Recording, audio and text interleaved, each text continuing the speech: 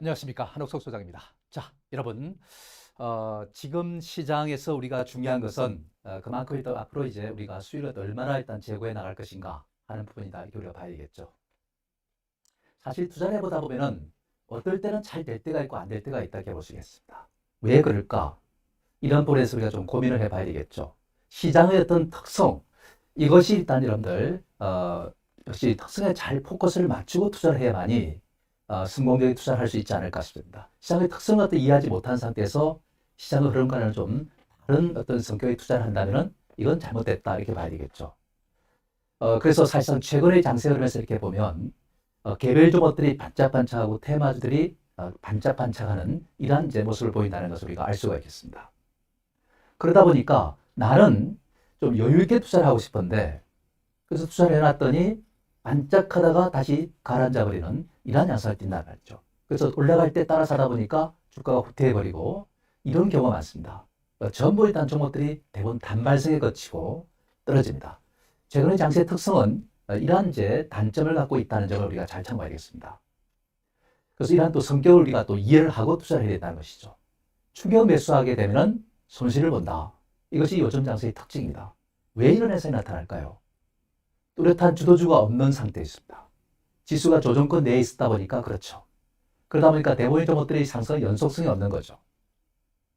연속성이 없다 보니까 반짝 오르면은 하려고 하는 사람들이 많을 수밖에 없습니다. 또 그리고 특정한 주도 세력들이 바로 일단 저점에서 매수해가지고 특정한 재료를 갖다가 일단 룸을 퍼뜨려서 올라가면은 개인들이 따라오게 되고 개인들이 따라오면은 거기다가 매도를 하고 떠나는 것이죠. 그러다 보니까 이런 현상이 나오는 겁니다. 그런데 앞으로 우리가 주목해 볼 만한 것은 이러한 흐름도 변화할 가능성이 높습니다. 바로 뭐냐면 지금의 현재 시장 자체가 바로 대세 상승으로 또 이어질 수 있는 그런 중요한 고비길에 있기 때문에 그렇습니다. 만약에 코스피 지수가 3,200포인트 돌파하고 코스닥 지수가 1,000포인트를 돌파하게 된다면 어떻게 될까? 지금까지의 시장 흐름은 완전히 달라진다 이렇게 봐야 되겠죠. 그렇기 때문에 사실상 주도주가 부각이 되고 그 주도주로 해서 매기가 집중이 되면서 지속적인 상승을 하는 것이죠. 상승의 연속성이 있는 종목군이 태어난다는 것이죠. 지금까지 어떤 단발성의 장세는 끝나는 겁니다. 때문에 우리는 준비를 해야 될 것이 있습니다. 바로 긴 안목에서 주도주가 무엇인지를 파악해야 되는 것이고 그 주도주를 중심해서 우리가 집중해 나가야 된다는 것이죠. 그래서 다른 여타 주도주가 아닌 종목들을 갖고 있었을 때는 이것을 팔고 주도주로 옮길 수 있는 준비 자세가 돼 있어야 된다는 점을 여러분께 말씀을 드리는 겁니다. 이러한 준비 자세가 안 돼 있으면은 바로 일단 우리가 에너지를 집중할 수 없고 그러다 보니까 주도주만 가는데 나는 내 주식은 가지 않는다. 이렇게 되면 소외감이 클 수밖에 없고 또 하나의 스트레스가 될 수 있다는 점을 참고하셔야 되겠죠. 그래서 우리는 이러한 모든 분에서 마인드를 열어놓고 투자할 준비를 갖다가 잘 취해 나가는 것이 바람직하지 않을까 하는 생각이 듭니다. 그래서 오늘은 우리가 좀 시야를 좀 멀리 두고 이렇게 투자할 만한 대상이 무엇인지를 갖다 한번 점검해 보는 그런 시간을 갖도록 하겠습니다. 제가 지난 연말 12월 19일에 2021년 성부주로서 우리가 투자할 만한 종목들이 있다 해서 여러분께 쭉 말씀을 드렸습니다. 그 중에 여러분께 동국제강이라는 종목을 여러분께 한번 제시해 드린 적이 있습니다. 근데 그 동국제강이 좀 올라가다가 좀 약간 또 초반에 좀 후퇴를 했죠. 그러다 보니까 왜 이렇게 안 올라가냐 이런 이제 하소연을 하시는 분도 있었습니다. 다른 거는 잘 가는데. 그런데 이 동국제강이 지금 그 시점에서부터 100%가 올라갔습니다. 시야를 갖다가 멀리 두고 간다는 것은 이런 이점이 있습니다. 그 사이에 우리 개인 투자자분들은 과연 수익이 좋았을까요? 그렇게 쉽지 않았을 겁니다. 중장기로 투자한다는 것은 바로 이런 매력이 있다는 것을 우리가 알 수가 있겠죠. 때문에 지금 오늘도 여러분들 제가 말씀드리는 내용을 잘 한번 새겨 들으면서 곱씹어 보면서 이렇게 투자할 기회를 갖다가 찾아본다면은 여러분도 앞으로 일단 미래가 밝을 것이다 이렇게 우리가 봐야 되겠습니다. 지금까지 투자가 잘못됐다 하더라도 지금부터 잘 한번 청취하면서 한번 가보자 이런 말씀을 이렇게 드립니다. 그래서 오늘 주제는 좀 중장기적 관점에서 우리가 볼 수 있는 종목군이 무엇인가에 대해서 초점을 맞추고 제목에서 우리가 보듯이 수주 회복, 조선주 회생을 하는가 하는 부분에 대해서 여러분께 오늘 설명을 좀 드리겠습니다. 잘 참고하시면서 조선주에 대한 이해와 그 다음에 조선주에서부터 시작이 파급되는 그 조목군에 대해서도 여러분께 조목까지도 한번 점검해 보는 시간을 갖겠습니다. 자, 그러면 본격적으로 한번 시작해 보죠. 참, 그 전에 제가 한 가지 말씀드릴 것은 매주 이 시간, 토요일 9시죠. 이 시간에는 여러분께 뭘 말씀드리냐면은 바로 일단 여러분께 시황도 말씀드리고 그 다음에 앞으로 우리가 수익을 낼 수 있는 그런 어떤 테마라든지 또는 투자할 만한 조목들이라든지 이런 것에 대해서 말씀드릴 겁니다. 자, 이 시간을 여러분들 채널 고정해 주십시오. 자, 그러면은 지금부터 자세한 설명을 드리도록 하겠습니다. 자, 조선업은 해운 경기와 밀접하다는 점을 말씀드릴 수가 있겠습니다. 좀 이따가 제가 설명을 드리겠지만은 이 조선주는 사실상 해운주하고 거의 주가 흐름이 같이 움직인다는 것을 알 수가 있습니다. 그렇다 이 해운주가 이렇게 움직이면 조선주도 일단 이렇게 움직여 나가는 거죠. 방향성이 같다는 얘기죠. 때문에 그런 특성을 우리가 잘 이해를 하는 것이 무엇보다 중요하고, 주식을 잘한다는 것은 어떤 하나의 주제가 주어지면은 그 주제에 대한 해석 능력이 쭉 있어야 됩니다. 근데 지식의 단절이 오게 되면은 사실상 그렇습니다. 이것이 요만큼밖에 있다는 종목에서 진척을 보이지 못하는데, 지식의 확장이 이루어지는 사람들은 그만큼 다시 그 이후에 또 무슨 종목들이 또 유리한가까지도 찾아낼 수 있는 것이죠. 마치 일본 사람들이 세종대에 와서 이순신 장군 동상을 보고서 느끼듯이 그렇습니다. 역사에 대해서 잘 모르시는 분들은 이순신 장군의 동상을 한국의 고대 또 중세 당시 유명한 장군이구나 하는 정도로 일단 이제 이해를 할 겁니다. 근데 바로 역사에 대한 지식이 있는 사람들은 이순신 장군의 동상을 보고서 저 사람이 임진년에 조선을 침범했을 때, 도요토미 히데요시가 침범했을 때 저 사람에 의해서 도요토미 히데요시가 망하게 됐구나. 결국은 이제 사망까지 이르렀구나. 이런 정도로 일단 이해를 하게 된다면은 역사적인 깊이를 갖다 이해하게 되겠죠. 여행도 그만큼 풍요로워질 수 있다. 이렇게 봐야 되겠습니다. 그만큼 지식의 폭이 넓다는 것은 그만큼 일단 해석 능력이 그만큼 뛰어나는 것이고, 아는 만큼 그만큼 주식 투자 수익도 그만큼 취해질 수 있다. 이렇게 봐야 되겠죠. 자, 그런 상태에서 일단 여러분들 잘 이해를 하시면 되겠습니다. 자, 그래서 이 해운 경기가 부진을 갖다가 해왔습니다. 그러다 보니까 조선주 수주가 상당히 좋지 않았죠. 조선을 수주하는 곳은 어디입니까? 바로 해운업체들이죠. 해운업체들은 바로 경기가 좋아야만이 조선 수주를 많이 하겠죠. 그렇지 않겠습니까? 근데 해운 경기가 좋다는 것은 어떤 의미가 담기냐면은 경기가 좋아야 되는 것이고, 경기가 좋으면은 해운 수요가 늘어날 것이고, 수요가 늘어나다 보면은 운임료가 올라가겠죠. 그렇기 때문에 운임료가 올라가서 수익이 좋아지면은 조선 수주를 늘리겠죠. 그럼 수주량이 증가하게 되는 겁니다. 그죠? 이런 제 관점에서 보면은 해운주와 조선주를 뗄래야 뗄 수 없는 그런 관계에 있다는 것을 우리가 알 수가 있겠습니다. 사실은 해운업조들은 그렇습니다. 경기가 안 좋아가지고 운임료가 떨어집니다. 운임료가 떨어지게 되면은 수익성이 그만큼 악화됩니다. 해운주들은 전부 대본이 있지 않습니까? 수익원이 뭐냐면은 운임이에요. 운임입니다. 이 운임료가 올라가느냐 낮아지느냐에 따라서 해운업의 실적이 좋으냐 안 좋으냐를 결정하는 가장 핵심적인 내용이라고 볼 수 있습니다. 이 운임을 받아가지고 그 다음에 일단 여러분들 배를 갖다 이동시키는 데 따른 그런 에너지 비용이 들겠죠, 그죠? 그렇지 않습니까? 그런 비용이 충당을 하게 되고, 그 다음에 인건비를 갖다가 일단 지불 하고, 이렇게 비용이 충당해서 일단 수익을 갖다가 내는 겁니다. 그런 구조 속에 있는 상태이기 때문에 경기가 좋아서 운임료가 올라간다면은 이건 그야말로 해운주의 그러한 역시 주가 상승도 이어질 수 있는 상태에 있고, 그래서 일단 해운 경기가 좋아지면은 조선 수도 늘어날 수밖에 없는 겁니다. 그런 점을 우리가 잘 참고해야 되겠습니다. 최근에 해운 운임료가 상승을 하고 있습니다. 그에 따라서 일단 해운업의 수익성이 상당히 호전되고 있다는 것을 여러분들도 아마 잘 아실 것으로 이렇게 판단되고 있습니다. 그래서 우리가 이 노후선을 갖다가 교체하는 거죠, 그죠? 그래서 경기가 일단 좋지 않고 실적이 안 좋다 보니까 노후화된 배를 갖다가 바꾸지도 못했습니다. 근데 이제 경기가 좀 좋아지고 운임료가 상승하다 보니까 이제 수익성이 뒷받침이 되니까 바로 일단 배를 갖다가 일단 교체를 해야 되겠죠, 그죠? 사실 노후선이라는 거는 그렇습니다. 뭐가 이게 아무래도 매연도 많이 뿜게 됐죠, 그죠? 그렇지 않겠습니까?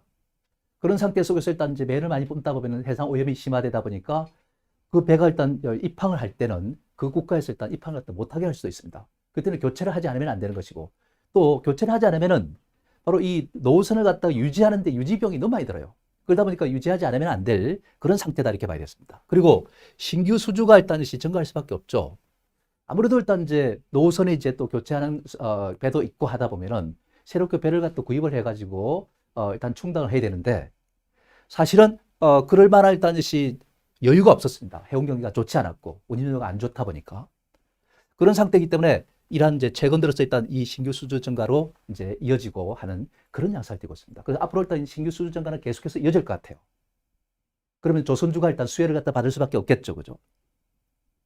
특히 이제 이 경쟁력이 있는 LNG 운반선과 추진선, 이러한 이제 친환경 정책과 관련한 배들에 대한 수주가 늘어날 수밖에 없다. 우리가 IMO 2000이라는 것을 갖다 여러분들 이제 생각하게 되겠죠, 그죠? 이거는 뭐냐면은 해상에서 일단 환경을 또 오염시키면 안 된다는 것입니다.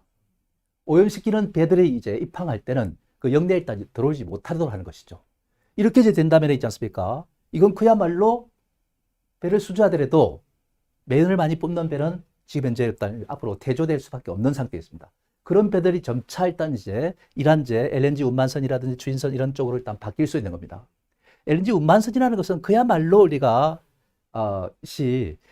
LNG를 갖다가 싣고서 일단 운반하는 선입니다. 네, 그런 것이고 추진선이라는 것은 LNG선을 갖다가 그러니까 LNG를 이용해 가지고 이걸 동력으로 삼아 가지고 일단 가는 것이죠, 그렇죠?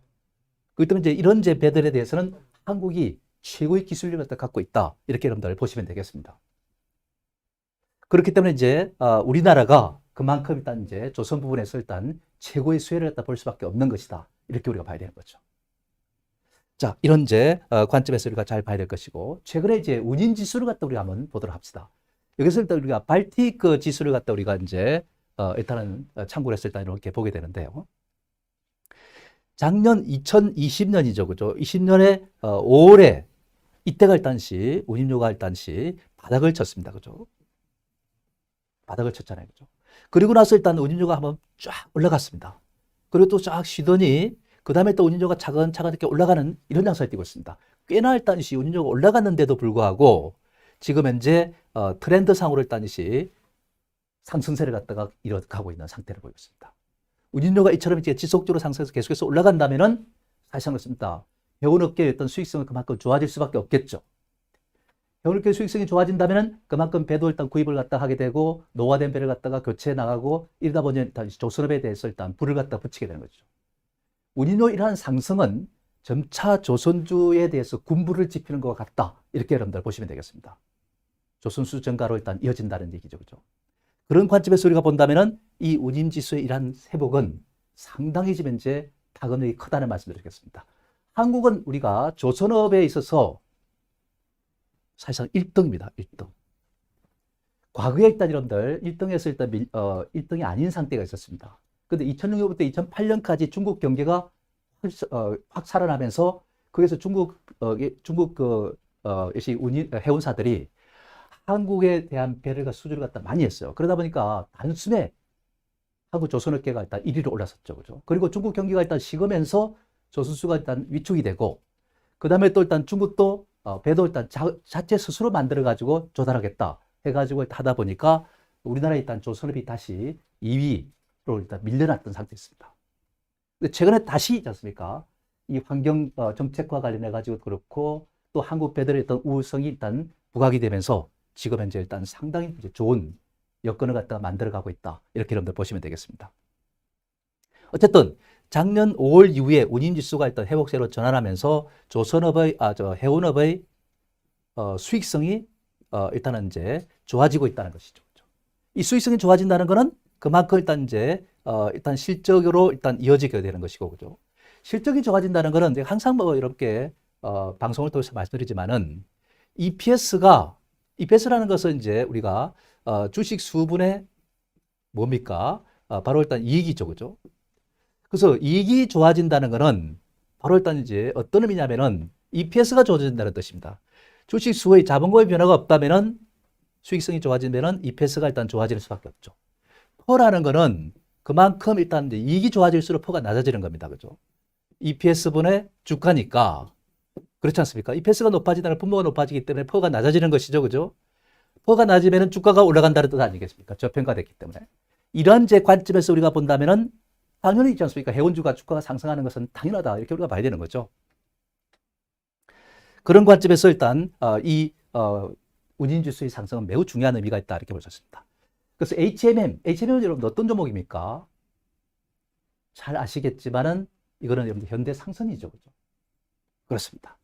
참 어려움을 갖다 많이 겪었다는 것은 잘 아실 것이고, 과거에 현대 상선을 투자했던 사람들이 있다면은 그야말로 참 어려움의 연속이었다는 것을 알 수 있습니다. 주가가 말해주고 있지 않습니까? 이렇게.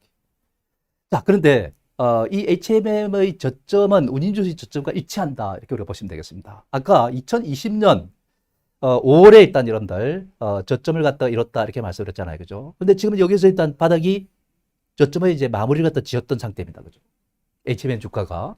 그리고서 좀 올라갔다가 또 이렇게 쭉 쉬었다 올라갔다가 쉬었다 하면서 이렇게 요즘에 와서는 이제 운임료가 급격히 올라가다 보니까 지금 현재 또 어떻습니까? 주가가 이렇게 폭발적인 강세를 갖다 보여왔다는 것을 알 수 있습니다. 이게 주봉입니다. 주봉. 자, 그런 제 관점에서 우리가 본다면은 사실상 그렇습니다.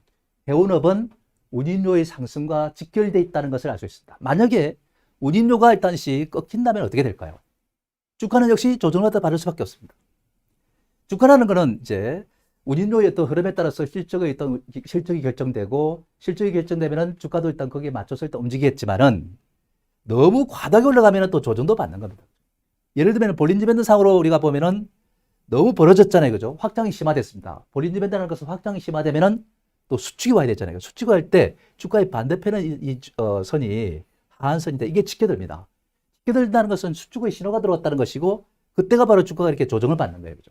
지금은 운임료가 역시 악화됐을 때 떨어지는 것이 아니라 너무 과다하게 올라가다 보니까 역시 조정을 갖다가 거치면서 필요한 에너지를 갖다가 보강하는 과정에 있다. 이렇게 보시면 되겠습니다. 그리고 나서 일단 조정을 받다가 그래도 운임료가 계속 올라간다면은 주가는 또다시 올라가는 것이죠.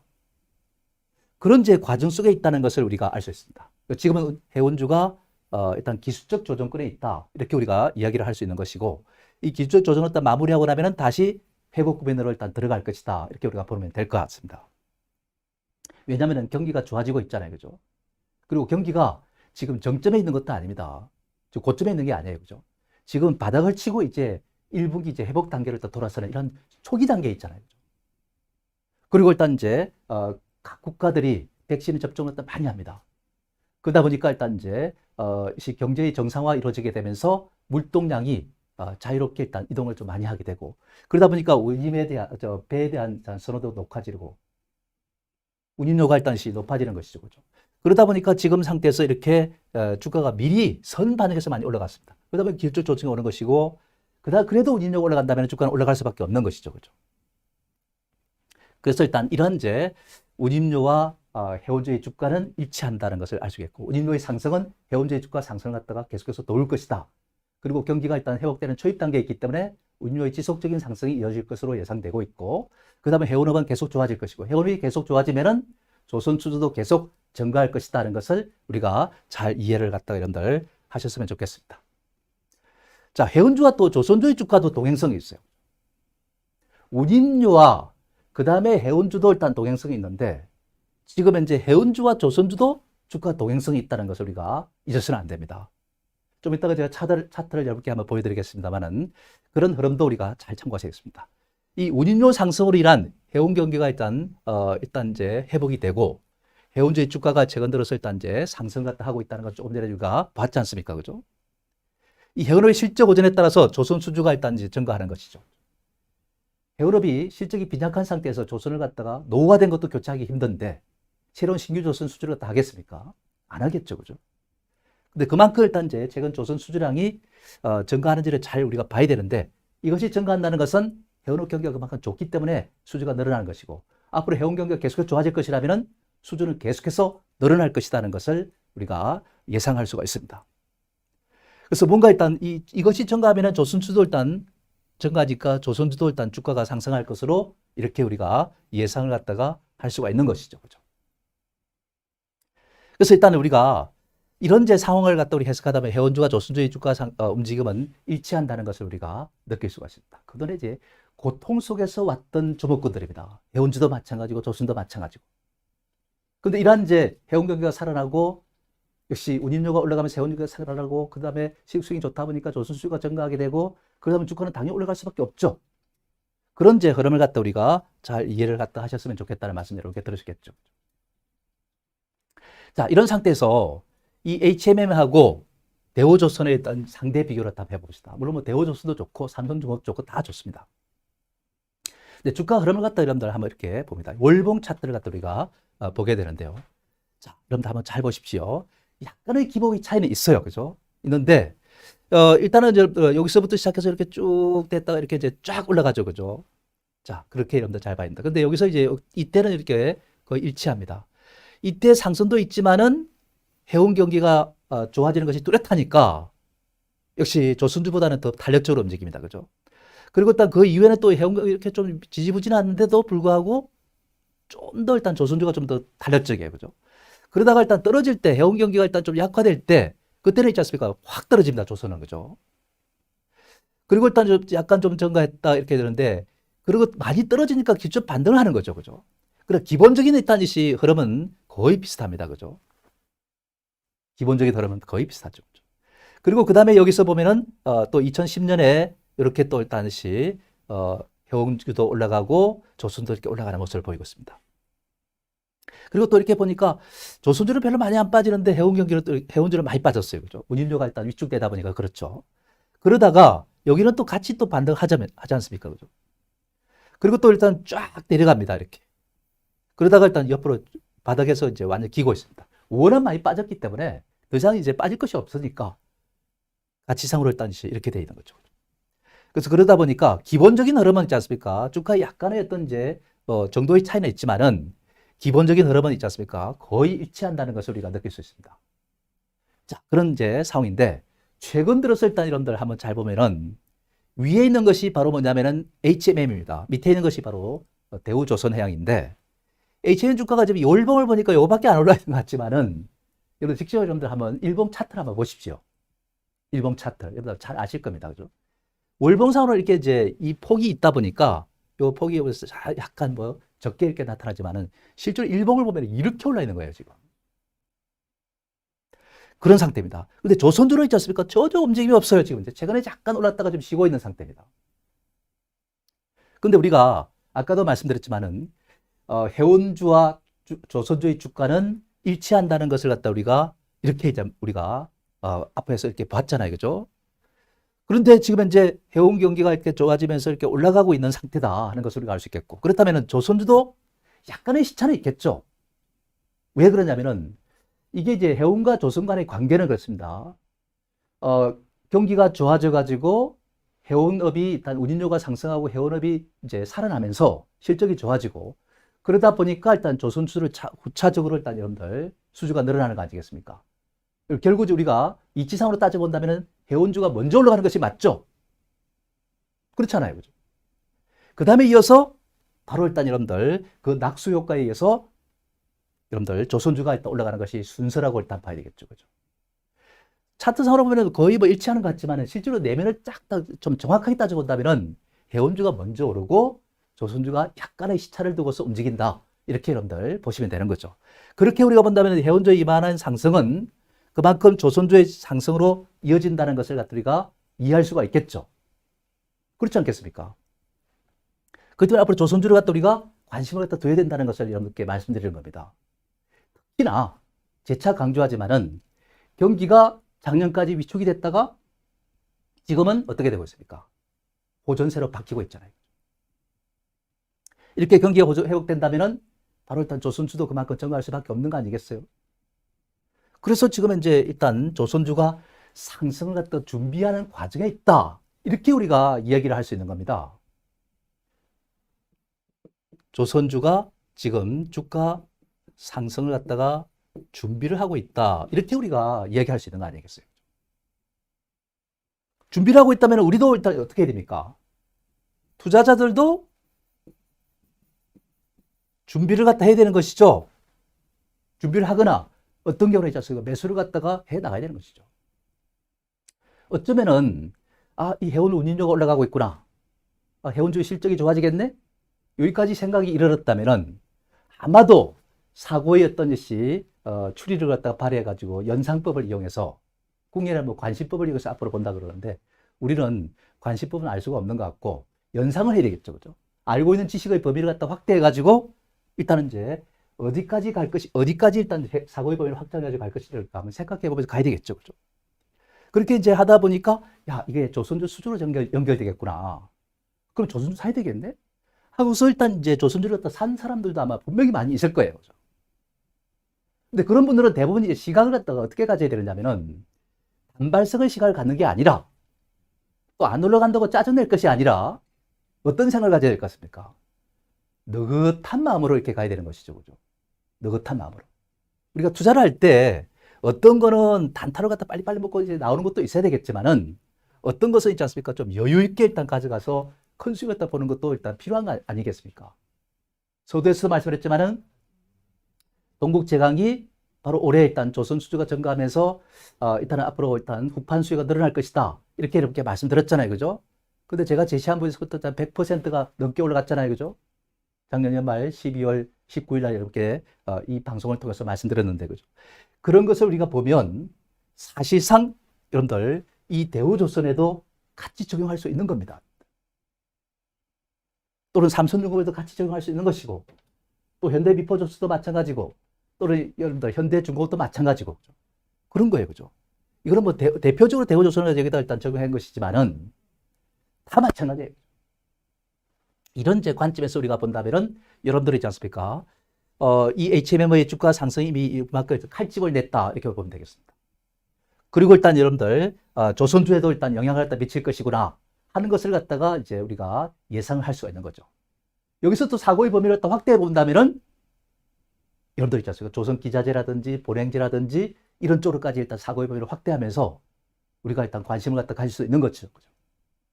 물론 이제 조선수요가 증가하면 또 후판 수요도 증가할 수밖에 없겠죠. 그래서 일단 동국제강 같은 다시 한번 더 우리가 되돌아볼 수 있는 것이죠. 이런 제 관점에서 우리가 이해를 갖다 하면서 가야 된다는 얘기죠. 자, 그런 상태에서 일단 지난해까지 한중일 여기에 조선 업체들이 일단 많이 일단 집중되어 있는 상태이고 여기가 일단은 삼각 관계가 일단 형성되어 있는 상태이고 이 싸움이 치열합니다. 조선 수주 현황을 갖다 우리가 한번 살펴보도록 하겠습니다. 자, 여기에서 일단 여러분들 보면은 한국은 바로 일단 요 이제 선이고 중국은 바로 일단 요 선입니다. 황색입니다. 일본은 이 빨간색이에요. 우리가 빨간색이면 좀 좋을 것 같은데. 자, 이런 상태에서 일단 선박 실적의 추이를 갖다 이제 작년 2020년까지 갖다 한번 보면은 다 일단시 하강곡선이에요. 일본도 일단시 하강곡선이고 중국도 일단시 완만한 하강곡선이고 한국도 일단시 급격히 떨어졌다가 지금까지 중국하고 거의 뭐 비슷한 수준에 있다 와 있는 상태에 있다. 이렇게 봐야 된다. 확실히 일본은 어떻습니까? 확실히 위축됐다는 것을 알 수 있죠. 중국하고 한국에 비해서 괴리가 일단 이렇게 많이 벌어져 있다는 걸 알 수 있습니다. 경쟁이 안 된다는 뜻입니다. 일본 조선 경기는 이제 대조의 길로 들어섰다. 이렇게 한마디로 보시면 될 겁니다. 이번 같은 경우 일단 수에즈 운하에서 가로막았던 것은 일본에서 만든 배고 그것이 일단 또 가로막고 있습니다. 뭔가 오작동을 했다든지 뭔가 잘못된 거죠. 그죠? 그 조선을 갖다 배를 만드는데 그것을 일단 만드는 질이 좋아야 되는 것인데 좋지 않다면 문제가 심각한 것이죠. 이런 엄청난 파장을 갖다 보고 있습니다. 중국은 있지 않습니까? LNG선을 갖다가 이제 유럽에서 일단 수주해가지고 납품하는데 납기를 늦췄어. 정상인 납기를 일단 납품하지 못했다는 얘기예요. 그죠? 그러다 보니까 일단 중국에 대해서 믿지를 못합니다. 근데 조선을 갖다 만들긴 만들었는데 이게 또 고장이 너무 잦습니다. 고장이 너무 잦아요. 고장이 잦다 보니까 이게 수리비가 더 많이 드네. 배 수명도 짧고 이런 걸 갖다 구입하겠습니까? 그러면 한국에 일단 수주가 몰릴 수밖에 없는 이런 제 상태다는 말씀입니다. 일본도 일단 지난번에 군함이 일단 우리나라 일단은 이제 배를 갖다 들이받았는데 군함이 깨지는 이런 사고도 과거에 있었던 것도 알고 있습니다. 우리나라 그만큼 배를 잘 만든다는 얘기죠, 그죠? 이 배는 있지 않습니까? 우리가 과거에는 우리가 노동 집약적인 사람이었지만은 지금은 있지 않습니까? 노동과 기술 집약적인 사람입니다. 기술. 그렇기 때문에 굉장히 일단 중요한 거예요, 그죠? 앞으로 더욱더 기술 집약적인 사람으로 바뀌어가는 그런 추세에 있다는 말씀입니다. 어쨌든 같이 일단 안 좋아지는데 경기가 안 좋아지면서 이렇게 이제 조선 경제가 이렇게 안 좋아지는 건 사실입니다. 사실인데 한국의 그러한 어떤 수주 잔고가 가파르게 하락했어요. 그죠? 그러니까 우리 조선업체들의 일단 어려움이 심화될 수밖에 없었던 거죠. 중국은 일단은 좀 일찍 꺾여가지고 일단 완만한 일단 이런 이제 상황을 갖다 보이고 있고, 일본은 이렇게 완만하게 가다가 2019년, 2020년에 와가지고 확 꺾여버리는 상태입니다. 이런 이제 일본이 그렇습니다. 그런 점에서 우리가 본다면 우리가 일단 이렇게 급격히 하강했다는 것이 좀 아쉬움이 좀 컸다. 그래서 조선업이 타격이 컸습니다. 그러다 보니까 실적들이 굉장히 좋지 않았어요. 그래서 일단 우리는 이러한 이제 관점에서 보면은 우리의 조선업이 얼마나 어려움을 겪고 있고 세계 조선사들이 얼마나 어려움을 겪고 있는가를 갖다 우리가 알 수 있습니다. 그러다 보니까 구조조정이 필요하죠. 대우조선 같은 경우는 현대중으로 넘어가게 되고 뭐 이런 양상을 띠고 있습니다. 자, 어쨌든 이러한 이제 상황이었다는 것을 우리가 알 수가 있겠고요. 그러면은 실제로 이 조선주들이 수주가 증가하고 있는가? 이걸 갖다 우리가 한번 올해 들어와서 한번 따져봐야 되지 않을까 하는 생각됩니다. 자, 이것을 갖다 한번 봅시다. 올 1분기 세계 발주량이 1025만 CGT입니다. 그런 상태에서 그 절반이 넘는 532만 CGT, 119억 달러 정도 됩니다. 이게 역시 수주가 되고 있다는 걸 알 수 있습니다. 그래서 우리 한국이 글로벌 1위를 갖다가 올라선 그런 이제 상황을 갖다 보여주고 있다는 걸 알 수 있습니다. 2006년부터 2008년까지 중국이 있다는 시 경기가 활성화되면서 그야말로 우리나라 조선업이 세계 1위로 올라선 상태였고 13년 만에 1분기 수주가 최대를 갖다 기록했습니다. 굉장하죠, 그죠? 그래서 뭔가 일단 이 해운사들이 한국의 조선에 대한 믿음이 굉장히 크다는 것을 알 수 있습니다. 굉장히 크다. 이런 이제 상황이라는 걸 알 수 있습니다. 일본이라든지 중국이라든지 일본은 이제 사실상 기술력도 마찬가지겠지만은 뭔가 배값에 대한 어떤 부담도 있는 것이고 중국은 기술력이 모자라기 때문에 안 되는 것이고 한국은 기술력과 그 다음에 일단 배의 어떤 질, 품질 또는 이제 배의 성과 이런 것들이 상당히 적정하다 보니까 한국의 배가 그만큼 인기를 누릴 수밖에 없다는 점을 우리가 알 수 있습니다. 근데 이제 이 배도 있지 않습니까? 만들 때 수주를 하는데 그 수주의 질이 중요한 겁니다. 이 질적인 퀄리티가 있지 않습니까? 여러분들 중요한 것이죠, 그죠? 중소선사를 갖다 해봐야 그 배에 도움이 안 됩니다, 사실. 대형, 그죠? 배를 갖다 건조할 때 그나마 수익성이 그만큼 괜찮아질 수밖에 없지 않겠습니까? 근데 일단 여러분들 보면은 우리나라에서 보면 수주 중에서 420만 CGT가 초대형 컨테이너선에 해당되고 있습니다. 비쌉니다. 또 초대형 운반선 VLCC라고 합니다. 여기도 일단 우리가 집중이 되고 있고 그 다음에 일단 여러분들 이 액화 천연가스 LNG죠, 그죠? 그 운반선도 일단 이제 우리가 수주를 다 따내고 있습니다. 그렇기 때문에 사실상 이제 전부 이러한 고부가 이러한 배들을 갖다가 한국이 싹쓸이하고 있다는 사실을 알 수 있는 거죠, 그죠? 그러니까 지금 이제 우리나라가 대단한 겁니다, 조선업계가. 올해 일단 우리가 수주하고자 하는 것은 3,150만 CGT입니다. 지난해 대비 50%가 증가할 것으로 이렇게 추정이 되고 있습니다. 만약에 이 50%가 증가하게 되면은 이 배를 갖다가 건조해가지고 나중에 납기일에 들어가서 납기를 하게 되면은 우리나라의 조선사들은 지금 적자 상태를 갖다 흑자로 돌릴 수가 있습니다. 또 흑자가 좀 나와 있는 기업들은 흑자 폭이 그만큼 커질 수밖에 없을 것이다. 이렇게 우리가 보는 것이죠. 그런 제 관점에서 우리가 본다면은 사실상 굉장히 중요하다. 이렇게 아까 우리가 조선 이런 수주가 안 좋았잖아요, 그죠? 그러다가 이제 올해부터 일단 수주가 이렇게 증가하는 모습으로 바뀌는 거 아니겠습니까? 이렇게 될 때 바로 일단 조선업은 일단 그만큼 실적이 좋아요. 그래서 조선 수주가 일단 증가하는 것이 해운 운임료가 상승하는 것보다는 한참 늦죠. 그러니까 주가도 있지 않습니까? 조선업이 늦게 움직일 수밖에 없는 거잖아요. 해운주보다. 당연한 이치 아니겠습니까? 그죠? 그러나 기본적인 방향은 같다는 얘기예요. 그럼 아까 우리가 HMM 주가가 상승을 갖다 쭉 하고 이제 해 나가고 있고, 그 다음에 이제 조선도 일단 이제 한번 칼집을 살짝 냈습니다. 뭔가 상승의 준비가 됐다. 이런 뜻이겠죠. 그죠? 운임료가 올라가서 해운업은 빨리 움직인 것이고, 조선은 수주가 이제 올해부터 증가하니까 이제부터 움직여 나갈 것이다. 이렇게 봤습니다. 근데 중요한 거는 수주가 증가했다고 해서 지금 당장 조선업계가 실적이 좋아지나요? 그건 아니죠. 미래의 실적이 좋아질 것이다. 이런 기대감인 거죠. 그죠?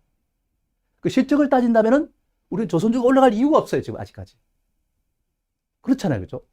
해운주야 뭐 운임료가 올라가니까 실적이 좋아지는 것은 당연하겠지만은 조선업이 지금 현재 일단 여러분들 실적이 좋아지는 것도 아닌 상태 속에서 수주만 증가했다고 올라갈 수는 없는 거 아니에요, 그죠?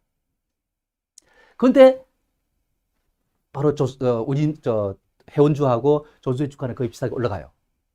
왜 그럴까요?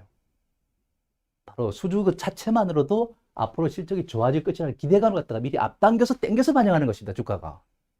그 주가의 선행성을 갖다가 반영하는 거예요, 조선은. 이란제 관점에서 일단 여러분들이 그러한 성질이 있다는 것을 여러분들이 잘 이해해야 됩니다.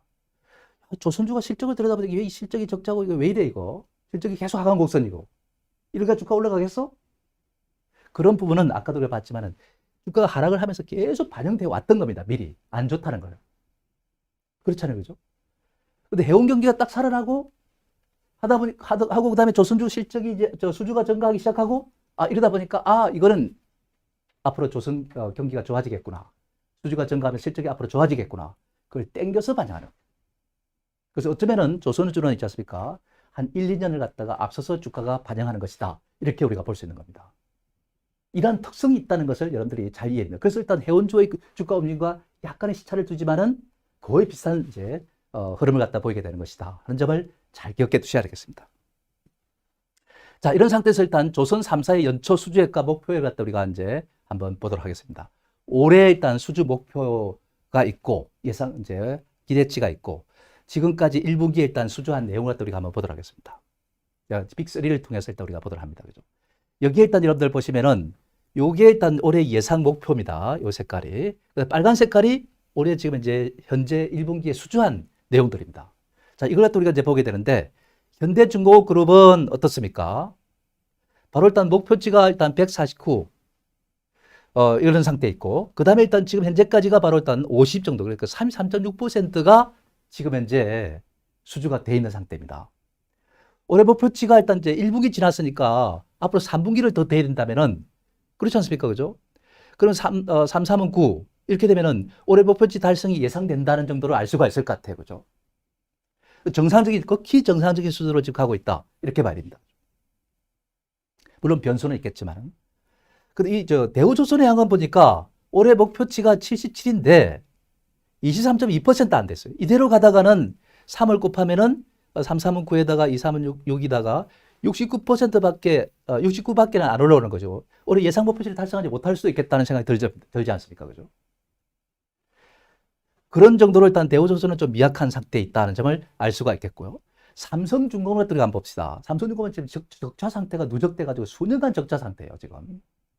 그런 상태인데, 이게 보니까 올해 일단 여러분들 수주를 한번 보시면 어떤 상태냐면은, 올해 목표가 78인데, 대우조선하고 비슷한 상태 아닙니까? 그런데 지금 이것은 벌써 50.7을 갖다가 기록했어요. 대우조선에 향해 보면 압도적이죠, 그죠? 그리고 일단 이것이 앞에 여기 보면은 현대중공업 그룹보다도 더 많이 수주했어요. 1분기에. 놀랄 일이 있죠, 그죠? 그래서 일단 이제 65%를 갖다 올해 목표치를 달성을 했습니다. 1분기에. 만약 이 상태로 가다면은 여러분들 있지 않습니까? 이 목표치를 초과 달성하는 것은 당연한 것이고, 약 한 190 정도까지도 올라갈 수 있는 이런 상태입니다. 이대로 가다가는 거죠. 그럴 정도가 된다면 삼성중공업도 일단 적자를 갖다 앞으로 탈출해 나가겠다는 사실을 갖다 우리가 예상을 쉽게 할 수도 있겠다는 생각 듭니다. 그죠? 그래서 현재 1분기까지의 수주 잔고를 갖다 우리가 보면은 월등히 삼성중공업이 앞서고 있습니다. 근데 기존에 일단 삼성중공업은 실적이 안 좋고 적자 상태에 있고 매우 좋지 않은 환경에 있다는 점을 우리가 알 수 있습니다. 그죠? 자, 그런 제 상태에서 여러분들 지금 이 수준만 놓고 보면은 삼성중공업이 아마 주가가 더 앞으로 주가가 상승할 수 여지가 좀 많다. 이렇게도 우리가 해석을 할 수 있겠죠. 그러나 일단 삼성중공업은 적자 상태가 누적돼 왔다는 사실을 우리가 잘 기억해 두셔야 되겠습니다. 그죠? 그래서 수주가 많다 보니까 실적이 앞으로 일단 1, 2년 후에는 굉장히 일단 좋아질 것 같아요. 그죠? 자, 그런 점을 우리가 잘 참고. 그래서 삼성중공업도 회색의 이제 발판을 갖다가 차근차근 다져가고 있다는 사실을 갖다 우리가 알 수가 있겠어요. 그죠? 자, 이런 상태 속에서 지금 성과가 오른다면은 앞으로 실적이 이제 회복으로 가는데 수주과 증가에도 성과 상승이 동반되지 않는다면은 생산성이 떨어져서 수익성을 더 기대하기 어렵습니다. 사실. 백값이 올라가야 되는 거예요. 그죠? 지난해 이제 성과가 이제 많이 지난해까지 떨어졌죠. 그죠? 조사의 수주 실적이, 실적이 부진하면서 일단 주가가 많이 떨어지는 그런 요인이었다 이렇게 볼 수 있습니다. 올해 들어서 성과가 회복이 이제 현실화되면서 조사들의 어떤 실적이 대화를 또 높일 것이다. 백값이 올라가야 돼요. 수주도 중요하지만은 백값이 올라간다는 건 어떤 의미입니까? 수요가 그만큼 해운사들의 수요가 많다는 것이죠. 많이 몰렸다는 것이죠. 그죠? 수요가 서로 경쟁적으로 많이 몰리다 보면 빨리 우리 배를 갖다 우리한테 빨리 만들어서 인도해줘요. 이런 수요가 몰리다 보니까 당연히 우리가 백값을 갖다가 우리가 높이 쳐줄 테니까 빨리 만들어 달라. 다른 경쟁사에 비해서 우리 배를 갖다 먼저 만들어 달라. 이런 경쟁이 붙으니까 백값이 올라가는 것이죠. 그죠? 그런 상태이기 때문에 여러분들 긍정적일 수밖에 없습니다. 백값이 올라가더라도 사실상 그렇습니다. 제조 원가가 올라가면 안 되겠죠. 그죠? 조선 기자재라든지 후판값이 올라간다든지 하는 이런 상태가 돼버리면은 사실상 그렇습니다. 이 백값하고 일단 비용하고 일단 원래 비용이 이만큼 이런데 비용이 요만큼 들어가면 수익은 요만큼밖에 안 됩니다. 원래 예전에 비용이 요 정도 해서 일단 백값이 올라가면 이만큼 일단 수익이 늘어나게 되겠죠. 그죠? 어쨌든 제조 원가가 올라가게 되면 백값이 올라가지 않으면 생산성이 안 맞기 때문에 주가가 올라갈 수 없어요. 근데 이제 지금 백값이 어떻게 되는지를 갖다 우리가 봐야 됩니다. 그죠? 그 지금 이제 이 수주가 좋고 건조가 같고 성과가 과정을 거치면서 일단 여기 1, 2년 정도가 일단 배는 이제 일단은 이제 납품하게 됩니다. 그죠? 걸립니다. 수주를 하고 나서 한 1, 2년 정도 시차를 두고 그래서 만약에 수주가 지금 증가하고 있다, 올해 증가하고 있다면은 앞으로 내년 말 또 후내년 이때 가서 일단 조선사들의 실적으로 일단 이어지는 것이다 이렇게 보시면 되겠습니다. 그래서 내년 이후에 이제 실적 개선으로 이어질 것으로 보입니다. 그래서 조선사들은 이걸 앞당겨서 일단 반영한다 이렇게 말씀드릴 수 있겠고요. 최근 주가가 타업 쪽에 비해서 부진한 것도 이런 이제 이유라고 일단 우리가 보시면 되겠습니다. 조선주가 지금 가장 못난 주식입니다. 근데 상황은 지금 개선되고 있잖아요. 그죠? 주가라는 것은 미리 선 반영하는 것이기 때문에 주가가 올라갈 수밖에 없을 겁니다. 어쨌든 이 수주전가는 기대감은 성과를 갖다가 상승을 유발할 수밖에 없다. 백값이 올라간다면은 바로 일단 조수사들의 수익성이 그만큼 좋아지겠죠. 그죠? 그래서 일단 성과를 한번 봅시다. 연도별 선발 가격 추이를 보면은 2018년, 2019년 이때까지가 일단 굉장히 일단 최고점을 쳤습니다. 그리고 그 다음에 이제 경기가 좋지 않고 코로나 팬데믹 상태가 일어나다 보니까 2020년까지는 이렇게 위축됐잖아요. 근데 성과가 올해 들었으면서 어떻게 되고 있어요? 지금 1분기 들어오면서 올라가고 있죠. 그죠? 백값이 올라가고 있습니다. 성과가. 그러면 조선사들이 높은 가격에 수주를 하고 있다는 뜻이겠죠? 그런 상태에서 배에 일단 제조 원가가 높아지지 않다면은 이건 그야말로 일단 조선사들은 실적 고전을 갖다 가져올 수밖에 없습니다. 근데 제조 원가가 일단 가만히 멈춰 있을 수는 없잖아요. 그죠? 올릴 겁니다. 성과가 오를 만큼까지 따라가지는 않지만은 바로 일단 제조 원가가 좀 올라갈 수밖에 없을 거예요. 근데 여하튼 뭐 그렇든 저렇든 간에 백값이 올라간다는 것은 조선사들의 실적에 큰 영향을 줄 것으로 이렇게 판단됩니다.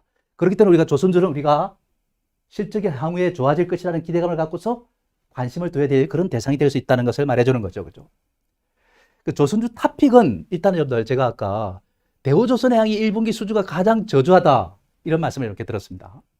그런데도 일단 대우조선의 향을 제가 말씀드린 거는 우리가 일단 이런 자리에서 이렇게 제시할 때는 조금 안정성을 갖다가 중시하지 않을 수 없어요.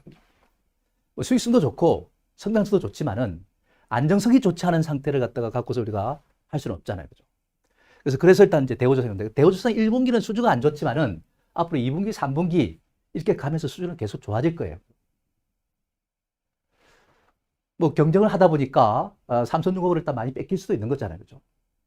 근데 또 거기에 또 이제 심기일전해가지고 또 삼성중공업으로 가는 것을 갖다 다시 땡겨올 수도 있고 삼성중공업의 목표를 달성한다면은 더 이상 수주를 할 수는 없는 입장에 있습니다. 왜냐하면 너무 쌓여가다 보면은 일단은 이제 더 이상 수주를 하지 않을 수가 있는 거잖아요. 그죠? 만들 수 있는 거라는 것도 이제 한계가 있는 것이죠. 그죠? 어쨌든 그런 상태에서 올해 수주 호전과 신조수가 회복으로 일단 실적이 이제 좋아지는 것은 당연하다 이렇게 볼 수 있겠고요. 그 대우조선이 이제 VLCC 10척을 갖다 수주했어요. 1조 1천억을 갖다가. 친환경 관련해서 LNG 운반선, 추진선 모두 일단 좋아지는 상태가 될 것 같고 지난해 고비해서 턴어라운드 수년간 일단 실적 회복이 예상된다 이렇게 보시면 됩니다. 지난해부터 일단 실적이 개선되기 시작했어요. 그죠? 올해도 좋아질 것이고 내년에 좋아질 것이다. 그럼 주가는 당연히 올라가야 되는 거 아니겠습니까? 바닥을 탈출해야 되는 거 아닙니까? 그런 관점에서 일단 대우조선해양 갖다 우리가 주목해야 되겠죠. 주가 차트를 갖다 이렇게 이제 보게 되는데 월봉 차트입니다.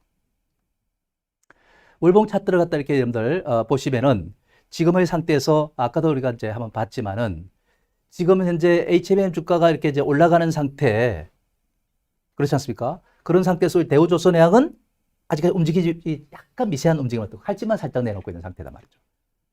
그럼 이제 아까도 우리가 봤지만 이 흐름과 지금의 흐름이 거의 같잖아요. 그죠? 그러면 대우조선해양도 바로 HMM을 따라서 일단 뒤따라서 갈 수밖에 없는 겁니다.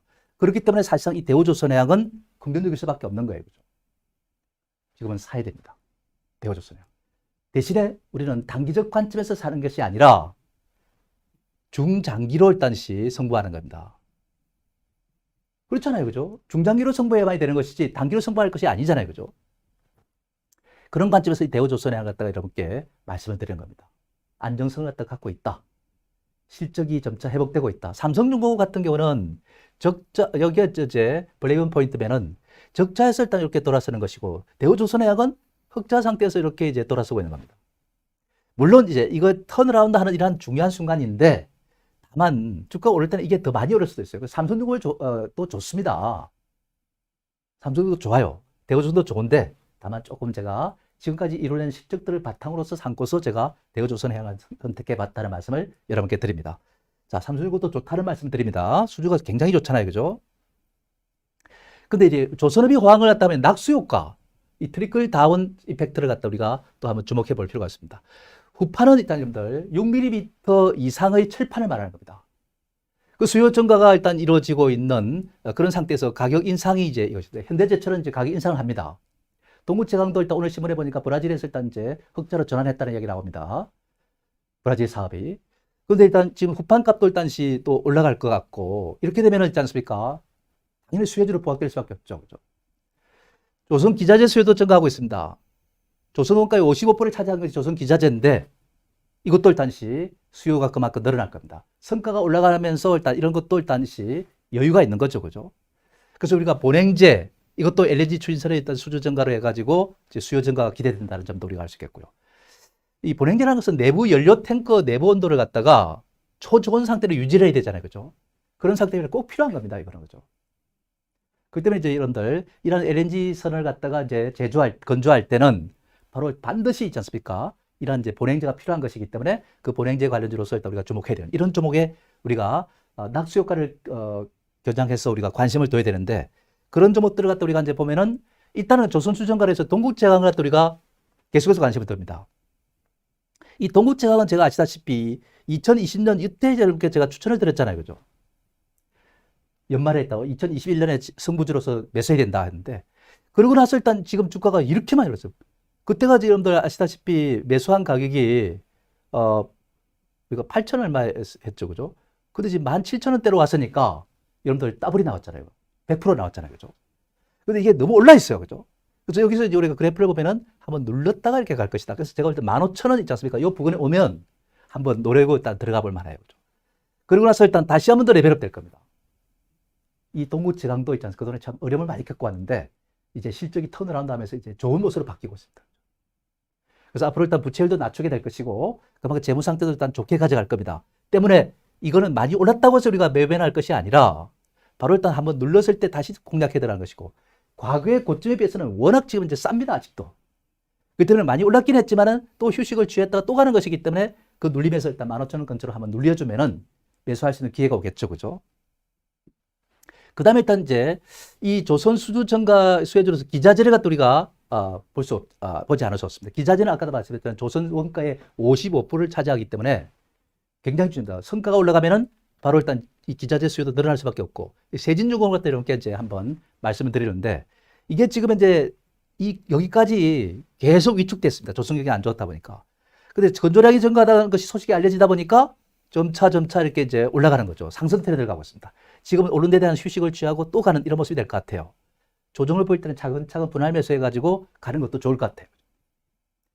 기자재 관련주에서는 그래도 수익성도 좀 괜찮고 앞으로 비전도 있고, 그런 관점에서 일단 이 세진중공업은 우리가 관심을 둬도 좋겠다는 생각 듭니다. 그 다음에 일단 우리가 본행제, 한국 카본을 갖다 이렇게 말씀드리지 않았었습니다. 지금도 이것도 마찬가지입니다. 하락 트렌드를 갖다 유지하다가 지난 3월을 고비를 해가지고 조선 경기가 살아나고 하다 보니까 점차 일단 회복 기조로 일단 전환을 하고 있다는 것입니다. 최근에 좀 쉬고 있습니다만은 휴식을 취하고 또 올라갈 겁니다. 왜냐하면 재무 상태가 굉장히 좋아요. 한국 하버지 그죠? 부채가 거의 없습니다. 유보는 있지 않습니까? 엄청나게 많이 쌓여 있습니다. 그런 상태 속에서 재무 상태가 굉장히 뛰어나고 수익성도 계속해서 좋아지고 있어요.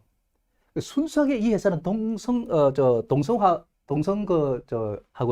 동성화인텍하고는 다르게, 경쟁상이 다르게 이 회사는 자기 돈을 가지고서 투자를 해가지고 수익을 나가는 겁니다. 근데 동성화인텍은 아시다시피 부채를 빌려서 하는 것이고 그런 점에 차이가 있는 거죠. 그래서 일단 이 한국카본은 그러한 관점에서 일단 여러분들 굉장히 여러분들 우량한 종목이다. 그래서 최근에 일단 조정을 거치고서 서서히 상세로 가는데 레벨업 되는 것은 당연하다고 봐야 되겠죠. 그죠? 특히 최근에 이제 친환경과 관련해서 LNG 추진선이라도 운반선 이런 것들이 수혜를 많이 보고 있고 수주가 많아지고 있다 보니까 본행제 수요가 급격히 증가할 수밖에 없습니다. 그렇기 때문에 주가는 당연히 있지 않습니까? 이 조정을 거치려면 속도가 좀 빨라질 것 같아요.